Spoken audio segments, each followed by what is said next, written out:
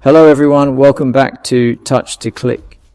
In this video, I'll show you how to change Administrator on Windows 11 in a quick and simple way. Now let's get started. Step 1.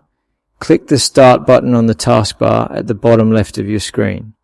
This opens the main menu where you can access system options and settings. Step 2. Click on Settings from the Start menu.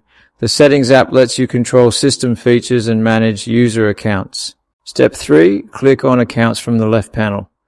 This section handles sign-in details and user account settings. Step 4. Scroll down and click on Other Users. Here you'll see all additional accounts added to your PC. Step 5. Click the user account you want to change and select Change Account Type.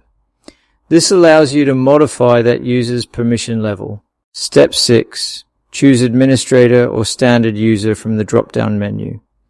Administrator gives full control, while Standard User has limited access. Step 7. Click OK to save the changes. The account type will update immediately.